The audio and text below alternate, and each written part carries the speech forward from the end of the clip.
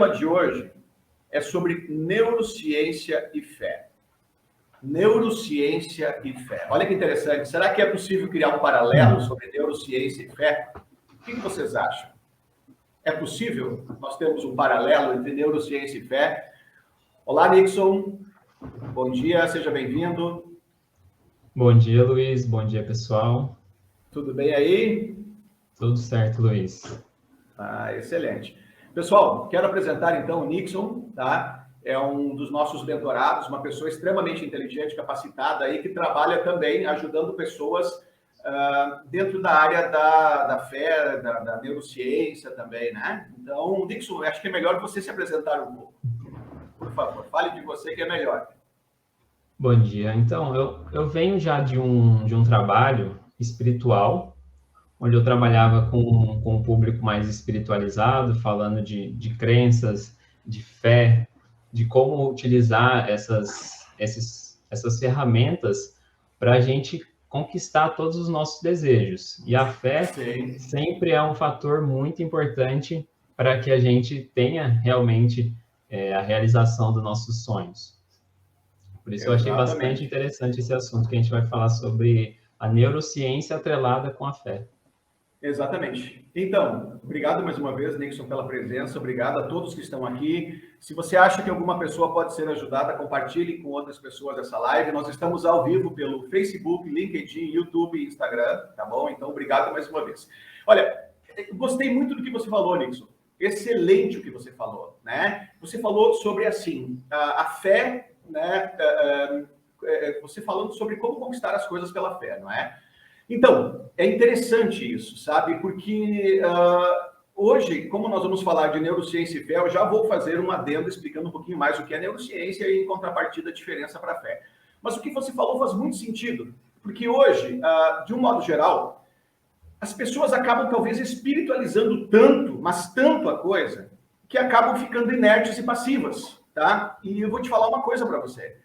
Fé, só para vocês saberem, pessoal, para quem está nos assistindo hoje, eu sou alguém, além de outras formações acadêmicas, uma das minhas formações, eu também sou bacharel em teologia, tá? E com uma ênfase séria em apologética, que é defesa de fé, e também sou pós-graduado em neurociência, CEO e diretor do Instituto Neurocientífico, ou seja, eu trabalho o tempo inteiro ganhando a minha vida eu ministro hoje quase 60 formações, e todas elas ligadas à neurociência como fundamentação de como funciona o cérebro. E nós podemos pensar assim, tá, mas em neurociência e fé, qual a diferença? O que tem alguma relação?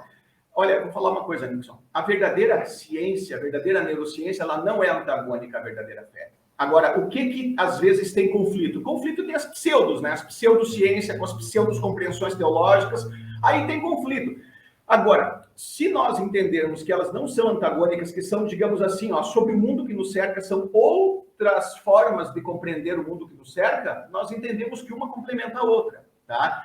E o que você falaste é muito importante, porque, de um modo geral, eu tenho visto hoje muito as pessoas ensinando coisas que acabam colocando pessoas que têm, pessoas boas, pessoas sérias, piedosas, bem intencionadas, pessoas que estão realmente interessadas em ajudar com as suas compreensões da realidade, mas acabam muitas vezes colocando pessoas, homens e mulheres, que querem também entender a fé, em uma posição absolutamente passiva, né? Uma posição, digamos, exacerbadamente espiritual e antagônica à Escritura. Por quê? Porque dentro da Escritura, se nós entendermos que fé é substantivo, mas crer é verbo, nós vamos entender que não existe a menor possibilidade de você tomar posse de nada nessa vida se você ficar só pedindo, entendeu? Ó, só para vocês terem uma ideia, o bom de ser teólogo é isso, né? A gente sabe o que está falando.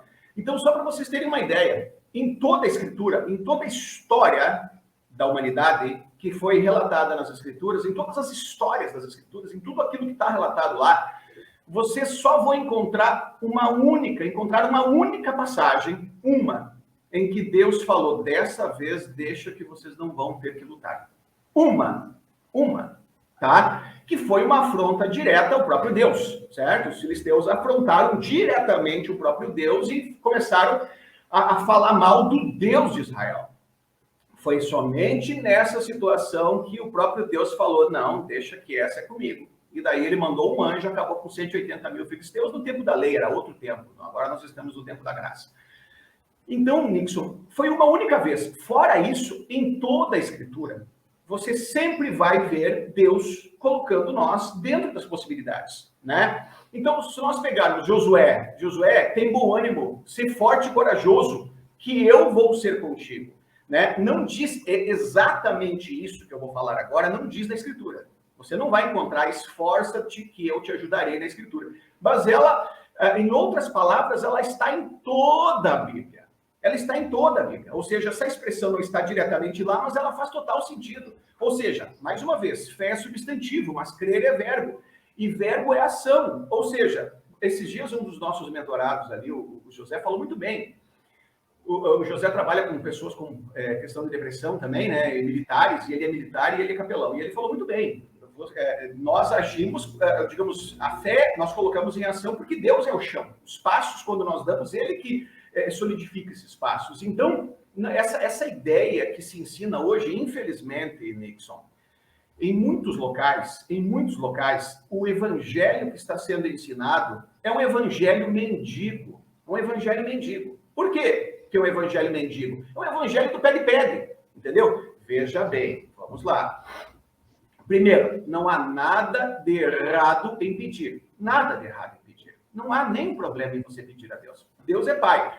Entretanto, se para quem tem experiência com Deus, e não é uma fé psicológica, não é uma experiência psicológica, para quem tem realmente experiência com Deus, vai perceber que quando você tem uma experiência com Deus, ele está sempre ali, papai dá. Ele, em certo aspecto, você percebe uma manifestação maior de Deus no início ali. E depois você percebe que isso diminui um pouco. Mas qual é o objetivo do Senhor? O objetivo é que você, após ele investir na sua fé, que você assuma seu lugar, que você tome seu lugar como filho. O objetivo é que você, por exemplo, pregam muito sobre o filho pródigo, né? Aquele que largou tudo, daí o pai recebeu de braços abertos, só que ninguém fala do filho que ficou em casa. E qual foi o questionamento do filho? O filho disse assim, poxa, pai, esse aí largou tudo, desperdiçou tudo que o senhor deu a ele e agora volta e o senhor recebe com os braços abertos, o senhor faz um jantar para ele, o senhor faz festa para ele, né? Para mim, que estou aqui como seu filho do teu lado, tu nunca fez isso. O que o pai falou? Ele falou assim, mas meu filho, tudo que eu tenho é teu. Tudo que eu tenho é teu. Tu sempre esteves comigo, é tudo teu. Pode usufruir o que tu quiser, é tudo teu. Então, esse evangelho que é ensinado, um evangelho de fazer troca com Deus, um evangelho de fazer negócio. Para começar, Deus não faz negócio, Deus tem filho. Através da cruz do Calvário foi tudo pago, é tudo teu, é só tu sacar. O problema é que as pessoas acham que tem que, para ter a bênção, fazer negócio. Alguns acham que só tem que pedir e ficar passivo. Aí não sabem por que Deus não responde oração. Não responde oração porque é tudo teu. Se você não assumir teu lugar, tu não vai ter o que é teu. Entendeu? É mais ou menos assim, Nixon. O cara tá sem grana. O cara tá sem dinheiro. Aí tem 100 mil depositado na conta bancária. Não adianta, cara, ele ficar pedindo a Deus que o dinheiro venha da conta bancária. Ele tem que pegar o cartão e ir lá e passar e sacar o dinheiro. Então é assim também com Deus, entendeu? Ou seja, esse evangelho mal ensinado, evangelho de troca, olha, desconfie, ouçam, tá? Nós vamos falar de neurociência e teologia, e há paralelos, desconfie de todo evangelho em que coloca você como coadjuvante, desconfie de toda pregação. Jesus colocou você como protagonista, Deus colocou a gente como protagonista, Deus falou isso, né? Você se esforça, você age, eu sou contigo. Mas você tem que botar o pé na água, você tem que agir. Moisés, no momento em que parou, né? No momento em que ele parou diante do mar lá, ele, tem um mar na minha frente. E o que Deus falou? Por que está parando? Continua marchando. Por que você parou? Né? Continua. Aí quando ele botou o pé na água, a coisa se abriu, o mar se abriu, né? O mar se abriu. Então, o que eu quero que nós entendamos nisso? Jesus também falou, toda autoridade me é dada no céu e na terra, e eu dou a vós. Ide em meu nome, e assim como eu fiz, vós façais também. Então, essa ideia passiva, coadjuvante, essa ideia espectadora da realidade, ela é dos religiosos, ela não tem nada a ver nem com Deus, nem com Jesus. Entendeu? Ela é totalmente totalmente antagônica às escrituras. E o que a neurociência fala? A mesma coisa, a mesma coisa. Nesse aspecto, nós podemos entender um pouco mais sobre isso, e eu vou dissecar a fundo. Mas, olha, ouçam, Deus não faz negócio. Deus tem filhos. Você não precisa fazer troca com Deus. Você não precisa fazer negócio, não precisa comprar nada para ter bênção, não precisa dar 100 para ganhar 1000, não precisa pagar pelo abraço, não precisa pagar pela bênção. Sabe? Olha, eu vou falar uma coisa para vocês. Uma das questões que motivou Martinho Lutero a iniciar a reforma protestante era porque o catolicismo romano vendia perdão, indulgência, né? Ele vendia terreno no céu, quer dizer, olha, capitalizava em cima da graça. Tá pago e eles vendiam, faturavam em cima disso, né? Hoje, a igreja, de um modo geral, ela está capitalizando em cima da bênção, entendeu? Antes ganhavam dinheiro em cima de vender perdão, terreno no céu, de vender indulgências. Agora vendem a bênção, certo? Então, isso é totalmente antagônico à fé, antagônico às escrituras. Isso é totalmente, uma heresia, entendeu? Então, isso é importante nós entendermos que se você quiser tomar posse, está tudo pago por Jesus. Ontem não foi a Páscoa? Esteve consumado há 2000 anos atrás, né? Está consumado, está no seu nome, é só você sacar. Você não precisa pagar por nada. Não precisa pagar por cura, por bênção, por prosperidade, por milagre. Você não precisa pagar por nada. É tudo teu, entendeu? É tudo teu. Então, bem puxado. Nixon, é bem puxado. Pessoal, façam as suas perguntas, a audiência quer fazer as perguntas, por favor. Façam as suas perguntas. Nixon, tu puxa e a gente vai para cima. Interessante. Você traz a pauta, né? E a gente vai trabalhar isso neurocientificamente, teologicamente, né? Sem dúvida alguma. Fique à vontade. Interessante você falar sobre assumir o seu lugar. E muita gente que eu estou observando está com dificuldade em assumir o lugar, o papel que a pessoa tem que desempenhar aqui na Terra e acaba se tornando uma pessoa passiva que ela senta no passageiro do veículo e está só assistindo a vida passar na frente dela e está esperando que aconteça alguma coisa diferente, alguma coisa melhor. E assim ela está caindo cada vez mais no fundo de um poço que ela não tem mais recursos, ela se torna uma pessoa incapacitada, com muitos medos, e isso faz ela cada vez ficar mais longe da fé. Porque a fé, na verdade, é a gente ter uma certeza de que as coisas vão dar certo, uma certeza de que Deus vai estar com a gente em tudo que a gente precisar. E quanto mais medo a gente vai se consumindo e vai se bloqueando, auto-bloqueando, a gente fica cada vez mais fraco para poder combater essas dificuldades que a gente encontra no dia a dia. E aí o que eu estou observando são que muitas pessoas que me seguem estão com dificuldades de bloqueios que não deixam que elas efetivamente tenham essa fé por Deus. Os bloqueios de medos, de autoimagem, bloqueios de perdão. Muitas pessoas estão bloqueadas porque estão guardando muita angústia, muita mágoa, ou então medos, e não conseguem avançar e conquistar aquilo que elas mais desejam. E a neurociência está trazendo agora para a gente essa tecnologia nova de vanguarda para que a gente consiga administrar todas essas nuances aí do dia a dia e possa ressignificar esses acontecimentos para que a gente desenvolva um mindset, uma mentalidade vencedora, uma mentalidade de conquista, uma mentalidade de que todos os recursos estão à disposição para a gente poder utilizar. Olha aí, exatamente isso, Nixon. Então, você falou maravilhosamente bem, com muita propriedade. Parabéns a isso, Nixon. Você é uma pessoa muito capacitada, muito inteligente, admiro muito e cada vez mais o teu trabalho, né, muito focado, e você é um homem de fé, né? Eu te digo qualquer coisa, pelo menos eu sei que você é em diversas artes, mas na minha mentoria, falando lá na mentoria, eu falo alguma coisa e você pega e vai lá e não duvida e vai lá e faz, e está tendo resultados muito rápidos, né? Parabéns por isso, tá?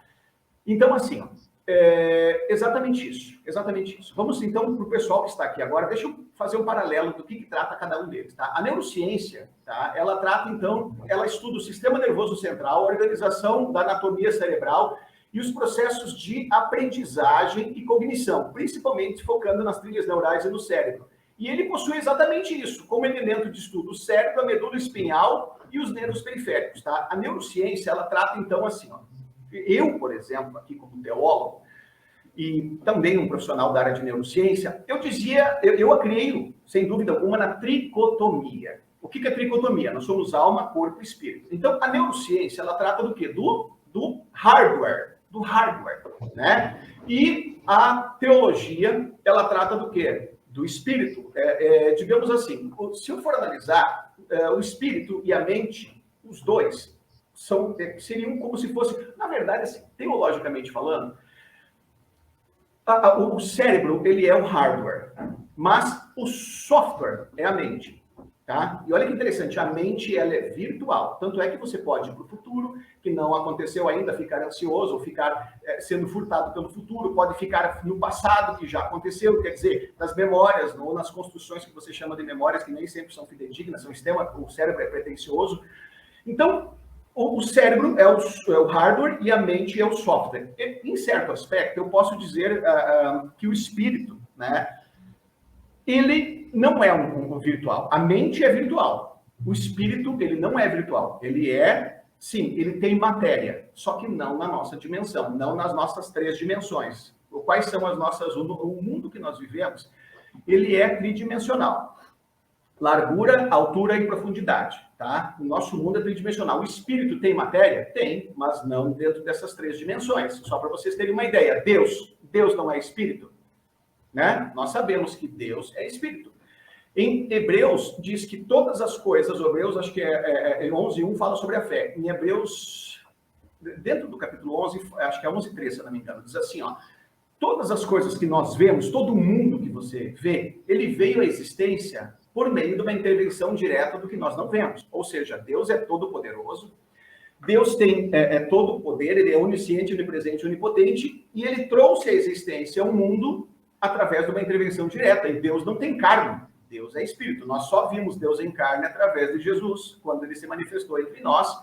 Aí era Deus manifestado dentro dessas 3 dimensões em carne, certo? Então, em síntese, para nós entendermos, o cérebro é o hardware, a mente é o software ele é virtual, né, porque ele não é tangível, ele não pode ser pego, e o espírito, ele tem matéria, mas não dentro das nossas 3 dimensões. Tanto é que o espírito, ele é, de acordo com a teologia, imortal. Agora, o que você falou é exatamente isso, tá? É extremamente importante essa colocação, porque se nós entendermos, então, que a mente, o corpo, o espírito e a alma, todas elas fazem parte de um único sistema, nós entendemos, então, qual é a posição que nós devemos assumir para que as coisas possam ser trazidas à existência, possam ser construídas e materializadas.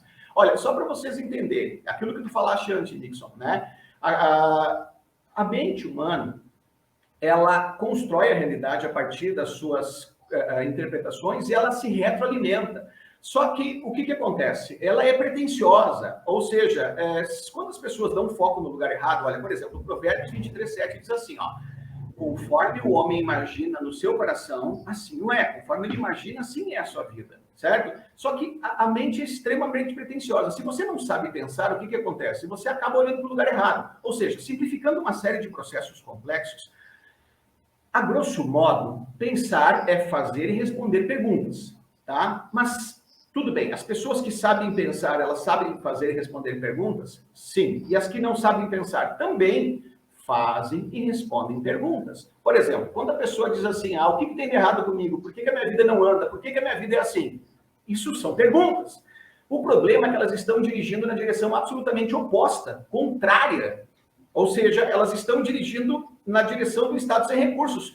E como se fosse numa corrida, elas estão dirigindo em relação ao muro, guardrail, e não focando onde eles querem, digamos, estar, atingir, construir, entendeu? Então, se pensar, a grosso modo, fazer e responder perguntas, nós precisamos, de acordo com a neurociência, de acordo com Provérbios, né, dirigir a nossa mente na direção da construção da vida que nós queremos construir, do estado que nós queremos. Olha, por exemplo, a palavra, lá na teologia diz assim, ó, tudo que é bom, de boa índole, tudo que é né, de bênção, tudo que se alguma virtude há nisso pensais. Então, A teologia, ela também nos fornece um conceito da autogestão. Ela nos orienta a utilizar a nossa mente pensando naquilo que realmente faz bem a nós, a nossa mente, ao nosso corpo, certo? E olha que interessante, tá? Uma coisa outra importante também para nós entendermos sobre assumir a responsabilidade, tomar posse das coisas. Por exemplo, dentro da teologia, nós entendemos o seguinte, que como tricotômicos, nós temos 5 sentidos.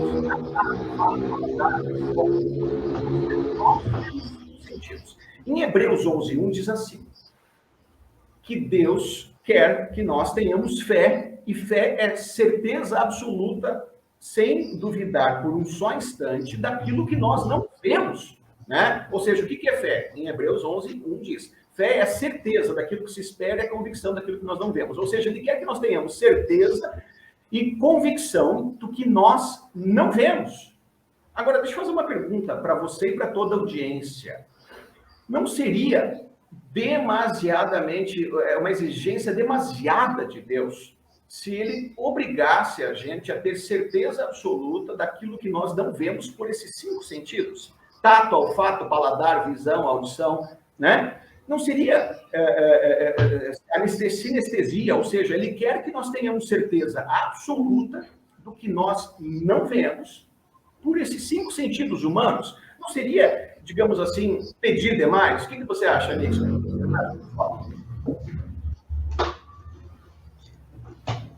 Bom, eu acredito que é o fator da fé, né? Que a gente, como você disse, a gente tem que ter uma direção para a gente encontrar o estado desejado. E se a gente não enxerga, a gente tem que entender que existe uma entidade ou então uma relação por trás de tudo isso que vai fazer a ligação com tudo aquilo que você quer.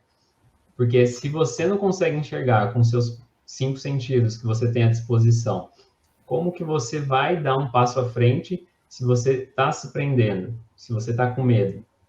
Então, a fé vem como um empurrão para que você se jogue naquilo que você não tem a certeza. E quando você se jogar, realmente você pode vir a conquistar tudo aquilo que você deseja. Mas é só nesse momento que você rompe esse padrão que você está desempenhando que você vai conseguir. Que aí você sai da sua zona de conforto e vai para uma zona de desafios, de dificuldades. Claro que você vai enfrentar várias dificuldades nesse processo, mas é tudo para o seu crescimento e para o seu desenvolvimento e principalmente para você chegar naquele estado desejado. Exatamente, exatamente isso, tá? Muito bem colocado. E olha que interessante, ó. Tanto a neurociência como a física quântica, gosto muito também do trabalho do Bruce Lipton, que é o pai da epigenética, que é um gênio da medicina, tanto a teologia, todos eles concordam numa coisa. Por exemplo, eu gosto muito daquela passagem, citando aqui Marcos 11, 23 e 24, tá? Jesus cruzou com seus discípulos pela figueira e não havia figos nela. Mas por quê? Está muito claro lá. Não era época de figos. Não era época de figos. Aí, ele simplesmente não tinha nada de errado com a figueira. E ele amaldiçoou a figueira. Ele disse, nunca mais ninguém coma fruto de ti. No outro dia, os discípulos passaram com o Senhor lá e a figueira havia secado desde a raiz. E eles perguntaram, então, para Jesus, Senhor, o senhor viu essa figueira secou desde a raiz? Veja bem, não tinha nada de errado. Ele quis mostrar um princípio. O que ele falou?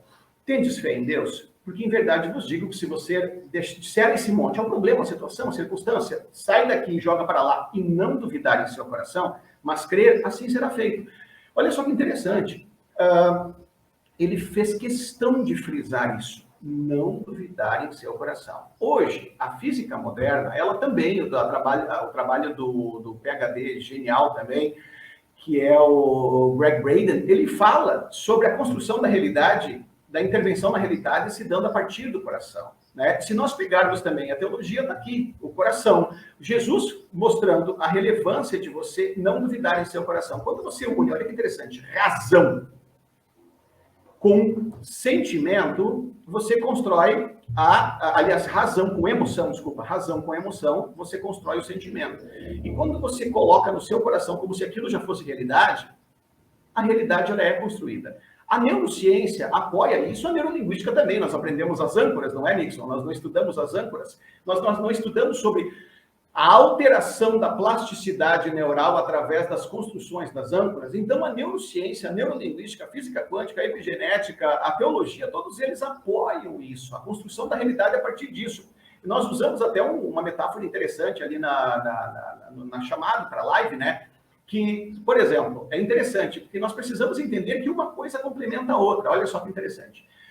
Nós usamos ali a questão da metáfora de uma televisão, né? A pessoa vê pessoas na televisão, ela vê um programa de televisão.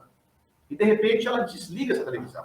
Vamos fazer de conta que desligar essa televisão é terminar a sua jornada aqui na Terra e morrer. Significa que a estação que está transmitindo, que a rede de televisão que está transmitindo o programa, ela parou de existir? Se a pessoa desliga a televisão? Se a pessoa pega essa televisão e quebra ela, abre, para ver o que tem dentro, significa que a estação de televisão parou de existir e transmitir programações? Não. Exatamente. Assim é Deus, entendeu? Ou seja, nós temos aqui como se fosse uma televisão, uma carcaça, né? Um corpo. Ou seja, se nós pegarmos a teologia, Deus é espírito. E Deus criou o homem espírito. E Deus depois colocou ele no humus, terra, humano, corpo, certo? Ou seja, se nós pegarmos lá no Gênesis, nós vamos ver Deus criando o homem. Imagem e semelhança, e Deus é espírito, né? Com emoções, com sentidos, com a alma, a alma é a psique, a alma é o espírito, a alma é a mente, né? Então Deus pegou o homem, criou ele em espírito e colocou no humus, no corpo humano, né? O objetivo era colonizar a terra aqui, através desse homem que ele foi criado em espírito e foi colocado num corpo. Então, o homem, por isso que nós falamos da tricotomia. E o ponto em questão é isso, que se nós compreendermos isso, nós vamos entender que todas as coisas, elas andam juntas, desde que nós tenhamos foco. Existe uma coisa muito comum, que muitas pessoas acabam se emocionando exacerbadamente. Às vezes tem pessoas que não têm resultados na vida, tem pessoas que são extremamente emocionadas com fé. E eu vou falar uma coisa bem interessante para vocês entenderem. Vocês sabem o que acontece quando você une a emoção e a fé? Com as pessoas que têm alta emoção junto com uma fé, você sabe o que acontece com uma pessoa que tem esse padrão, a alta emoção com fé? Tem ideia, Nixon? O que vocês acham? A facilidade para materializar aquela vontade. Não, ao contrário. Emoção e fé, só para vocês entenderem, pessoal, emoção e fé faz uma coisa chamada fanático. Entendeu? Emoção e fé faz um fanático. Se nós pegarmos, por exemplo, o apóstolo Paulo, ele ensina uma coisa muito importante. Fé é razão. Olha que interessante. Fé é razão. Agora, quando você une a razão junto com a emoção e depois traz isso para o sentimento, aí sim. Mas, em primeiro lugar, para que você... Esse aqui é um ponto importante, tá? Para que você tome posse das coisas, para que você assuma teu lugar como filho, para que você viva uma vida de abundância, você precisa usar a razão. Ou seja, fé é razão, não tem nada a ver com emoção. Quando a pessoa não significa que você não pode ter emoção, não. O problema é que as pessoas que são movidas pela emoção, elas se tornam fanáticas e não realizam, não materializam, não trazem existência, não tomam posse daquilo que o Senhor conquistou na cruz. Porque para isso você tem que fazer o seguinte, entendi, tá lá. Jesus pagou, por exemplo, né, por tal coisa, pela minha libertação, pela minha cura, pela vida abundante. Aí o que eu preciso?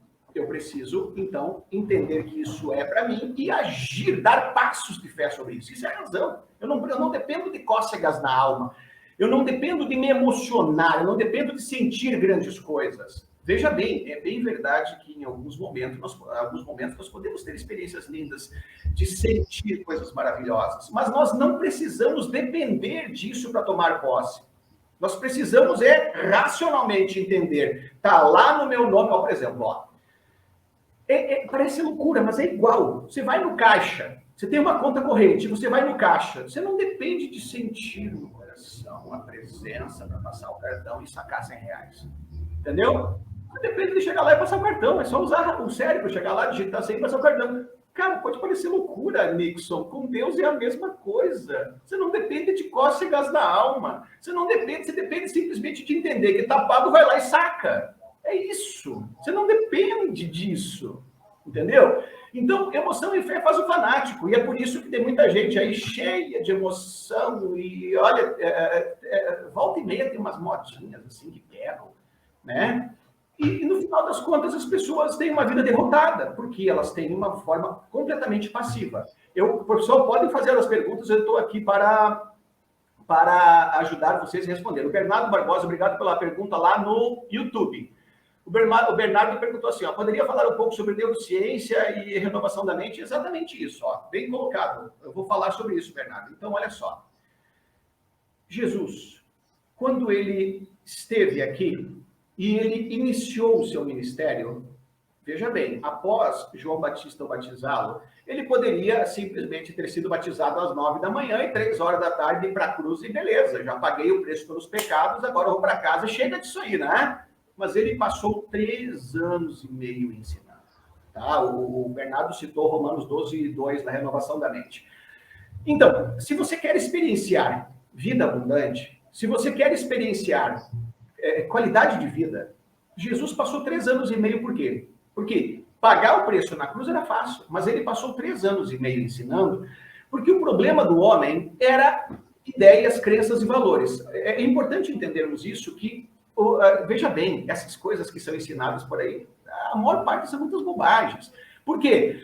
Porque, veja bem, qual é a boa notícia? O que Jesus veio falar através da sua missão aqui? Ele veio falar, ele não veio inaugurar uma religião. Ele veio falar sobre a boa notícia, a boa nova. E do que trata a boa nova? Sobre o reino de Deus. Olha o Sermão do Monte, olha em toda a Bíblia, o que ele fala o tempo inteiro. Ele falou a todo momento sobre o reino de Deus que estava entre nós. Agora, nesse momento, o reino de Deus de 2.000 anos atrás, de 2.000 anos para cá, o reino de Deus está entre nós. Certo? Mas ele está não tão visível. Ele está dentro daquelas pessoas que dizem sim para Jesus e acabam experienciando já pertencer a esse reino. E o que ele ensinou durante 3 anos e meio? Valores, ideias, crenças desse reino. Todo reino, ele tem poder e cultura. Todo reino. O reino do Brasil, o reino da Inglaterra, o reino da Normandia.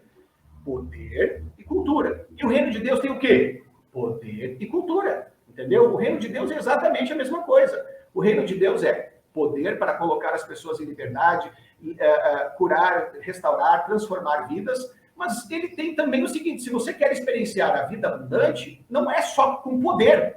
Agora, em contrapartida também, você também não consegue experienciar a vida abundante com uma conversão psicológica. Então, você tem que ter também uma experiência com Deus. Se nós pegarmos toda a Bíblia, de Gênesis, Apocalipse, você verá claramente isso. O justo viverá pela fé. Agora, a fé, ela não depende dos 5 sentidos humanos, entendeu? Ou seja, a fé debaixo da graça é dom de Deus, é Ele que te dá. Ele é o autor e consumador da fé. É só olhar Efésios 2:8 lá. A fé é dom. Ou seja, ele não tem expectativa que você tenha essa experiência, essa transformação, essa regeneração, essa renovação pela tua própria força. Ele não reparte a glória dele com ninguém. É ele que transforma, é ele que regenera, é ele que muda a sua vida. Entendeu? Então, a fé debaixo da graça é ele que te dá, é dom. Ou seja, digamos assim, ó, dentro da neurociência, nós temos, né, da biologia, da fisiologia humana, nós temos tato, olfato, paladar, visão, audição, nós temos esses 5 sentidos. Agora, você não consegue ter uma experiência sobrenatural, porque a palavra Deus quer dizer aquele que é sobrenatural, está além da natureza humana. Você não tem como ter uma experiência sobrenatural, né? Além desses 5 sentidos humanos, dentro da tua visão desse mundo que é tridimensional, largura, altura e profundidade, você não consegue ter uma experiência se Deus não te der esse sentido. Por isso é Ele que te dá esse dom e essa fé. Certo? E aí, como é que você vai ter certeza de alguma coisa que você não vê? É ele que te dá. Só que quando ele trouxe, então, essa habilidade de você sair de dentro de templos e habitar dentro do ser humano, e hoje você tem acesso direto a Deus, não precisa ir para o padre, pastor, sacerdote, você pode entrar no teu quarto e falar direto com Deus, né? É só entrar lá e orar e você tem uma relação direta com Deus. Após, e por isso que a Páscoa foi ontem, né? Então, após isso, você pode entrar no teu quarto e ter uma relação direta com Deus, certo? Mas veja bem, ele não tem uma expectativa de colocar em você algo que você não tem. Ah, como é que eu vou ter certeza absoluta de alguma coisa se ele não me der esse dom? É ele que dá esse dom, entendeu? Então, deixando muito claro isso, tá? Que não é possível que você tenha essa experiência sem ele te dar, porque não é além dos 5 sentidos humanos. Agora, entretanto, todo reino é poder e cultura. Se você quer experienciar o reino de Deus, a vida abundante, tudo aquilo que o Senhor quis trazer, desses 3 anos e meio, trazendo crenças, ideias e valores do reino de Deus, você precisa também aplicar. Eu quero vida abundante, beleza? Eu posso ter uma experiência com Deus, o justo viverá pela fé, mas desde que ele tenha uma experiência com Deus, não existe amparo diferente disso de Gênesis e Apocalipse. Agora, entretanto, depois de haver um amparo, né, através de uma experiência com Deus, você também não se você planta vento, você vai colher tempestade, certo? Não adianta você querer experienciar vida abundante se você não aplicar as crenças, ideias e valores que constroem a vida abundante. Ou seja, os mandamentos do Senhor, as orientações do Senhor, elas são para o nosso bem. Entendeu? Sabe, se eu, por exemplo, cumprir ou não cumprir alguma coisa na Escritura, o problema é meu.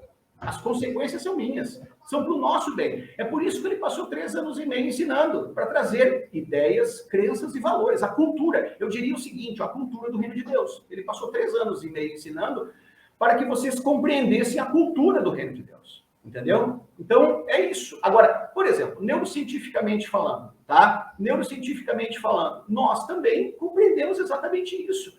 Os processos cognitivos, quando nós entendemos sintaxes, né? Ah, por exemplo, eu quero avançar, quero prosperar, eu quero ser um ótimo terapeuta, um ótimo médico, um ótimo coach, um ótimo cirurgião, um ótimo professor.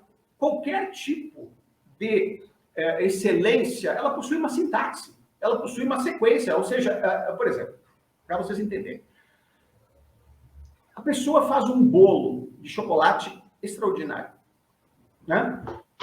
Eu não sou um chefe de cozinha, mas se eu pegar a receita dele, eu replico, certo? Então, é isso que Jesus trouxe, é isso que a neurociência mostra, é isso que a neurolinguística mostra, né? Que é a modelagem da excelência, ou seja, você consegue pegar uma série de estratégias e replicá-las. Se eu pegar, então, esse bolo, eu não sou cozinheiro, eu não sou especialista, mas um chefe de cozinha criou uma receita extraordinária, eu pego a receita e sigo a risca, eu tenho exatamente o mesmo resultado, entendeu? Então, exatamente o mesmo resultado quando eu replico isso. É isso que nós precisamos entender. O reino de Deus trouxe isso, a neurociência mostra isso, a neurolinguística também traz esse precedente, né? Porque a neurociência, ela nos mostra sobre processos cognitivos e a neurolinguística também nos traz um viés muito interessante, que é a modelagem. Inclusive, falando agora sobre neurociência e neurolinguística, essas ideias estapafúrdias. E você não nasceu com o dom, você não tem o dom. Olha, só para vocês terem uma ideia, de acordo com a neurociência, dom não existe.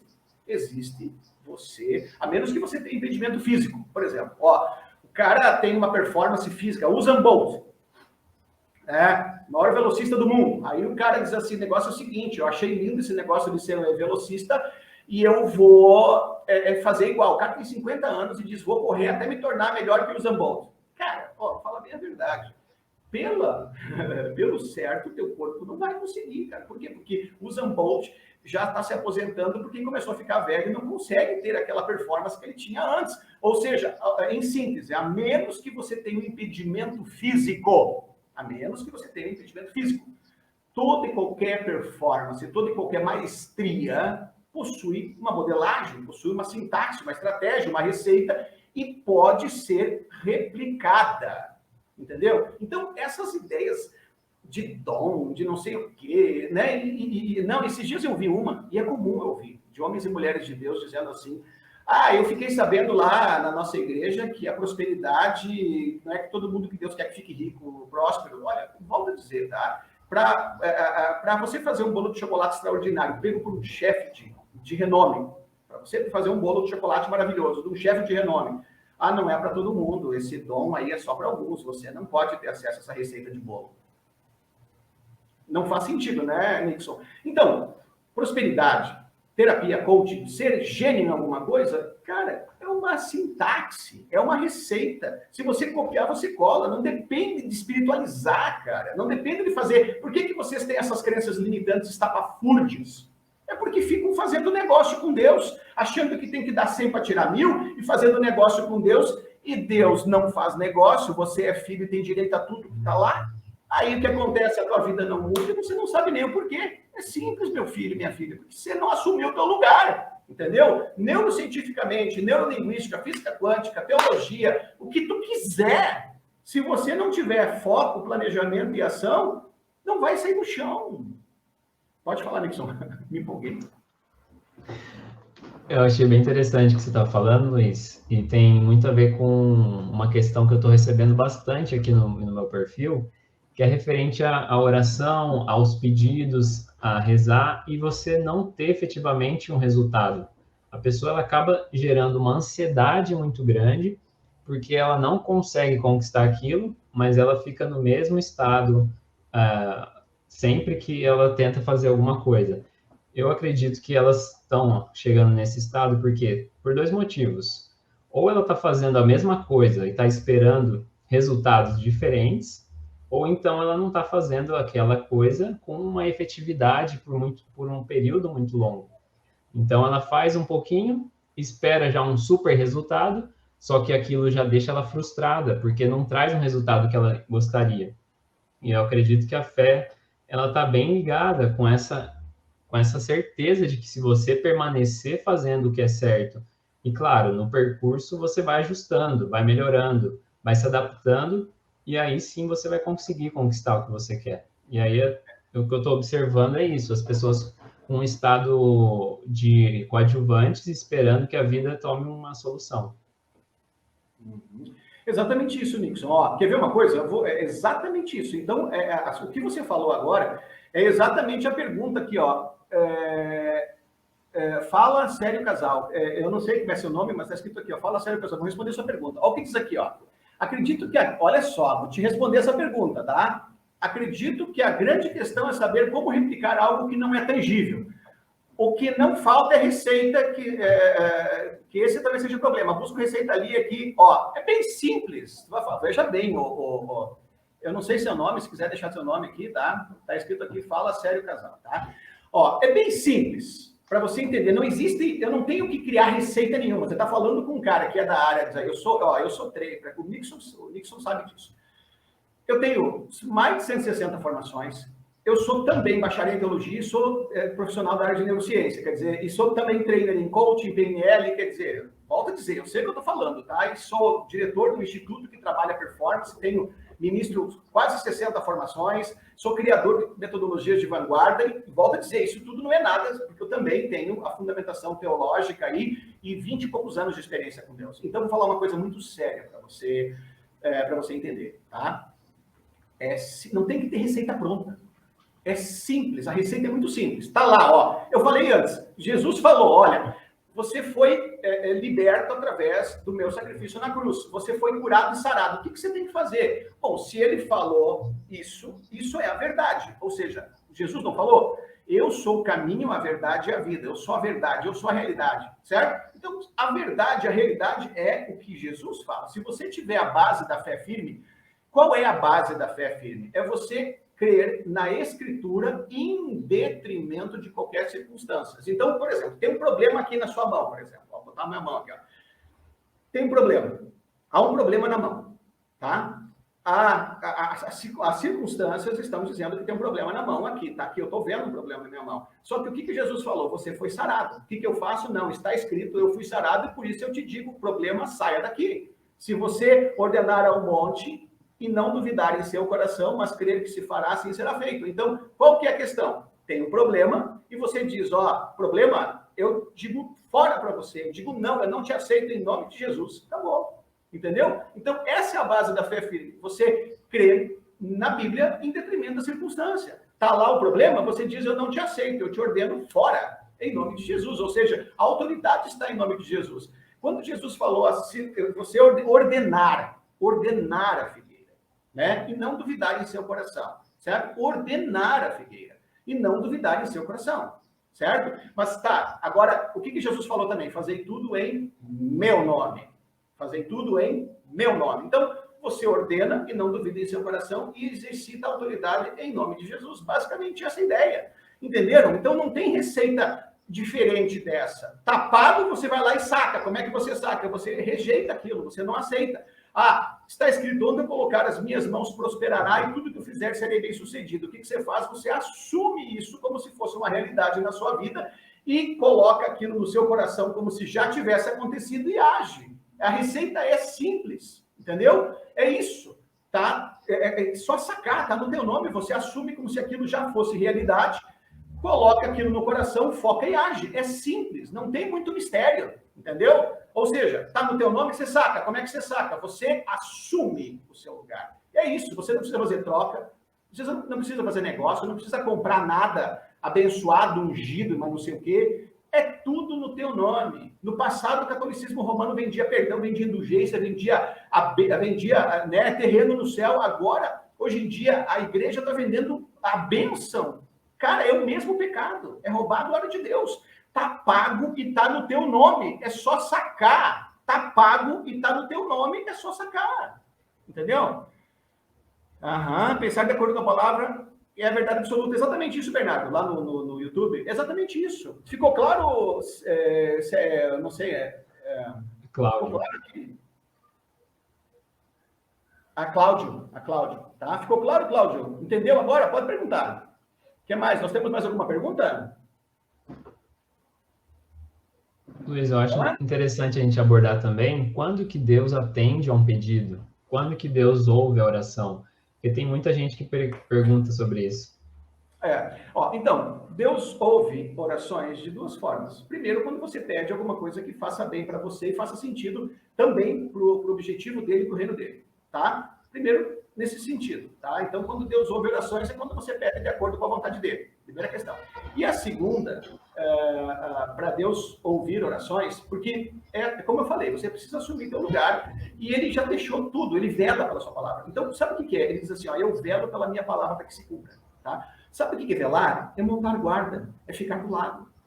Entendeu? Agora, por que ele só age? Por que ele só age depois que você coloca a palavra de Deus em ação? Sabe por quê? Obrigado, pessoal. Obrigado pelas perguntas. Obrigado. Por que ele só age depois que você coloca a palavra de Deus em ação? Sabe por quê? Eu vou dizer para vocês.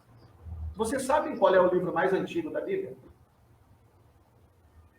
Vocês sabem qual é o livro mais antigo da Bíblia?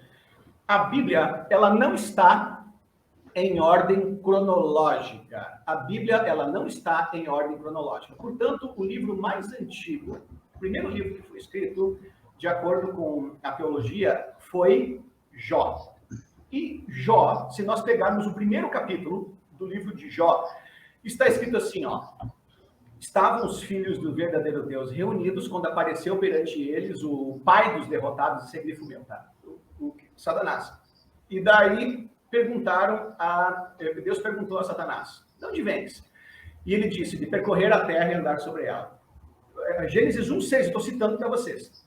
Percebeste, meu servo Jó, homem fiel e íntegro, que se desvia do mal? Percebeste lá como ele é alguém que respeita a Escritura, como é alguém que você possa realmente, que é uma referência. Você percebeu Jó como é alguém que teme, que respeita, né? Você percebeu isso?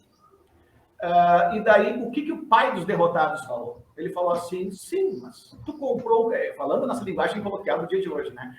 Ele disse assim, como é que não vai te servir, cara? Tu comprou o cara, tu dá tudo para ele, tu bota proteção, tu bota uma sebe, tu protege, tu prospera, tu dá tudo.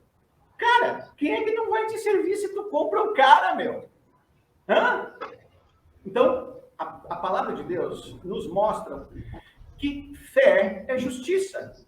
Fé é justiça. Olha a relevância. O primeiro livro da Bíblia é Jó. Não está em ordem cronológica. E lá Deus está mostrando o que acontece no mundo, no universo, né? Nessa tricotomia desse universo, aí, das dimensões espirituais e físicas. Né?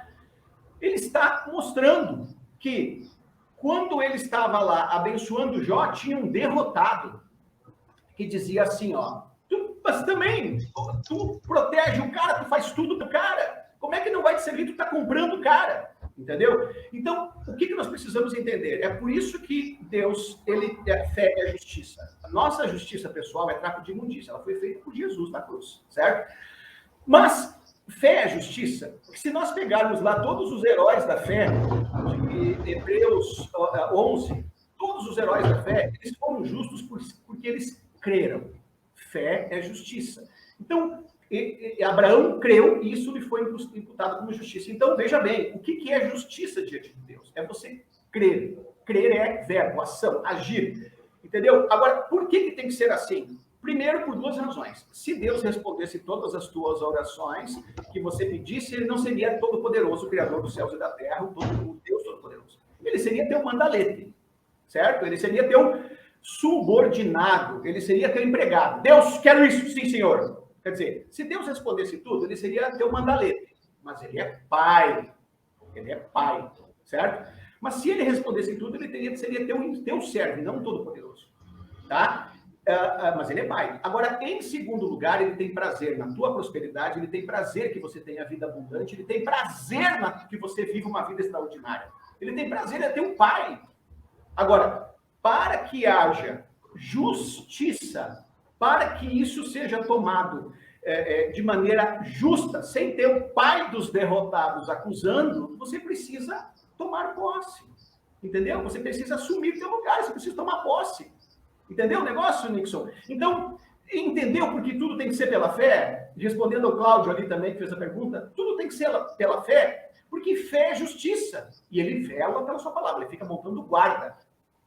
Acredita para você ver o que eu faço. Crê para você ver o que eu faço. Eu, valido. E o derrotado não tem do que abrir a boca, porque foi a tua fé que te salvou. Foi a tua fé que mudou a realidade. Foi a tua fé que transformou o mundo. Foi a tua fé que fez o problema desaparecer. Foi a tua fé que fez as coisas existirem. Entendeu o ponto? Entenderam o ponto? Então, fé é justiça. E tem que ser assim, porque essa é a forma justa. Essa é a teologia séria. Essa é a teologia, não tem que fazer negócio, não tem que fazer troca, não tem que parar com essas palhaçadas. Tem que assumir teu lugar. Desculpa, me empolguei, falei demais. Mas falei um adjetivo que eu não deveria. Mas é isso, irmãos. Fé é justiça. Porque quando você crê no que está escrito, você está sendo justo. E ele tem prazer de te abençoar, e daí ele não tem nenhum derrotado dizendo assim, tá, mas tudo que o Nixon pede, tu dá. Como é que o cara não vai te amar e te servir, cara? Assim até eu, né, meu? Entendeu o negócio? Entendeu, Nixon? O ponto? A teologia? Pode Sim. Perguntar, pessoal. Michel, quando o homem entender que Deus é recíproco, eles entenderão porque muitas orações não são respondidas. As pessoas querem o favor de Deus, mas não querem andar sobre... exatamente, Michele. Exatamente. Esses andar sobre princípios, tem muitos lá no YouTube. Obrigado pela pergunta. Tem muitas vieses esse andar por princípios, mas é exatamente isso. Quando você entende que o princípio está no teu nome, e se você quiser tomar posse da bênção, precisa agir sobre o que está escrito e assumir como se aquilo fosse realidade, isso é justiça. É assim que você vai experienciar o sobrenatural. Caso contrário, você vai ficar aí pedindo e nada vai acontecer. Quer dizer, não estou dizendo, volto a dizer, Nixon, que Deus não é pai, e não estou dizendo que você, depois que amadurece, lá de vez em quando, você não possa falar com o papai do céu e pedir alguma coisa, sabe? Mas a ideia é que você assuma teu lugar e que você tome posse, entendeu? Mas sim, muitas vezes eu tomo posse, mas em algumas vezes, quando eu não sei exatamente como fazer, eu peço sabedoria, peço orientação, e às vezes eu peço mesmo, mas não tem problema. Só que é isso que eu quero que vocês entendam. O pedir mesmo não significa que você não precise meter o pé na água para que o mar se abra, não significa que você não tem que agir para que a coisa corra, entendeu? É interessante que você falou, Luiz, que eu mesmo estava num estado sem recurso. Mesmo sendo uma pessoa já espiritualizada, só com a parte espiritual eu não estava conseguindo encontrar amparo suficiente. E quando eu encontrei a neurociência, eu descobri uma ferramenta mais efetiva, porque você já trabalha direto com os drivers mentais. Tudo aquilo que está te bloqueando, a gente consegue trabalhar para remover ou então ressignificar, dar um outro sentido para aquele problema, e aí sobra muito mais espaço e coragem também para que a gente possa ir no sentido que a gente está buscando. E a neurociência ajudou muito nessa fase da minha vida. Sim. Não, e mais uma vez, a neurociência ela de maneira alguma, ela é contra a teologia. Desculpa. A neurociência e a teologia, elas são formas diferentes de ver o mesmo mundo à sua volta. De maneira alguma, a neurociência é antagônica à teologia e a teologia é antagônica à neurociência. Volto a dizer, o que é antagônico um ao outro são as pseudos, né? A pseudo-teologia, a pseudo-neurociência, a pseudociência. Aí sim, aí você vê um monte de bobagem, mas a verdadeira não. Volto a dizer, digamos, de uma tricotomia, né? A neurociência te mostra a base da virtualidade dos pensamentos através do cérebro. Então, não é antagônica, elas uma complementa o outro, certo? E daí você tem muito mais clareza sobre o território com diversos mapas, muito mais clareza sobre o território que você vive com diversos pontos de vista, com diversas ciências. Ó, a Val aqui da cocriação. Para quem está chegando, vá na setinha. Obrigado, Val. Bem lembrado, tá? Bem lembrado, obrigado. Ok? Pode perguntar, pessoal, o que mais que vocês têm de dúvidas hoje aqui? Então, nós podemos fazer outras lives, viu, pessoal? Se vocês quiserem, né, Nixon? Agora, você me convida lá para o teu canal também, vai ser um prazer, viu? Com certeza, Luiz. Aí traz as dúvidas da audiência, a gente ajuda. Nixon, bom, nós estamos chegando aqui a 56 minutos de live, tá? Vamos fazer o seguinte, ó. Então, nós vamos encerrar aqui a live de hoje, para nós irmos até almoçar, né, Nixon? Né? Nós vamos encerrar a live de hoje. E eu quero agradecer mais uma vez a você por estar aqui comigo. Meu objetivo era responder justamente as dúvidas também da tua audiência e ajudar vocês aí nesse sentido. Fico à disposição para estar com você, tá? E, pessoal, assim, ó, se vocês quiserem que nós ajudemos vocês, se vocês quiserem, por exemplo, serem ajudados, orientados, atendidos, se vocês quiserem, de repente, até participar dos nossos eventos, nós temos aqui no Sul o Neuroperformance, nós temos em São Paulo o Neuroperformer. Se vocês quiserem estar conosco e poderem ser acompanhados, ajudados a cada vez mais utilizar o seu cérebro como uma ferramenta extraordinária, procure o Nixon. O Nixon está aqui para atender, você está aqui também, se caso vocês quiserem algumas coisas que eu tenha, é diretamente com o Nixon. Hoje, em função das minhas demandas, eu só atendo os nossos mentorados. Então, quem atende outras pessoas são os nossos mentorados. O Nixon é um mentorado aí brilhante, muito dedicado, muito inteligente, muito esforçado aí que está... E eu gosto do Nixon porque se eu disser para ele, olha, tu dá 3 pulinhos e dá 2 rodopiadas, ele vai lá e nem pergunta, ele vai lá e faz e não, tá aqui o resultado. E aí é assim que tem que ser, sabe? É o coração de criança, ensinável, simples, e ele, por isso que ele está colhendo resultados maravilhosos aí, muito rapidamente. Parabéns, Nixon. Obrigado, Luiz, pelo convite, poder estar aqui compartilhando as informações e também clareando mais a dúvida dos nossos públicos, né? Eu acho que é um assunto que ainda dá bastante o que falar e a gente pode abordar ainda em outros encontros. É só trazer as dúvidas aí, eu vou te visitar no teu canal, você vem de novo para cá, vai ser um prazer, tá bom? Então, eu quero agradecer mais uma vez a todos que estiveram conosco, deixem as suas perguntas, deixem os seus comentários, compartilhem essa live, vamos ajudar o maior número de pessoas possíveis. Ela estará no meu canal, estará no canal do Nixon também, no YouTube do Nixon. Nós vamos, depois eu vou baixar e nós vamos colocar em todos os lugares para que vocês possam ser ajudados. Aí basta colocar as dúvidas de vocês que nós estaremos novamente aqui para ajudar vocês da melhor forma, tá bem? Então, Nixon, obrigado mais uma vez a você, obrigado a todos e nos vemos em breve, então. Tchau, tchau para vocês. Tchau, tchau.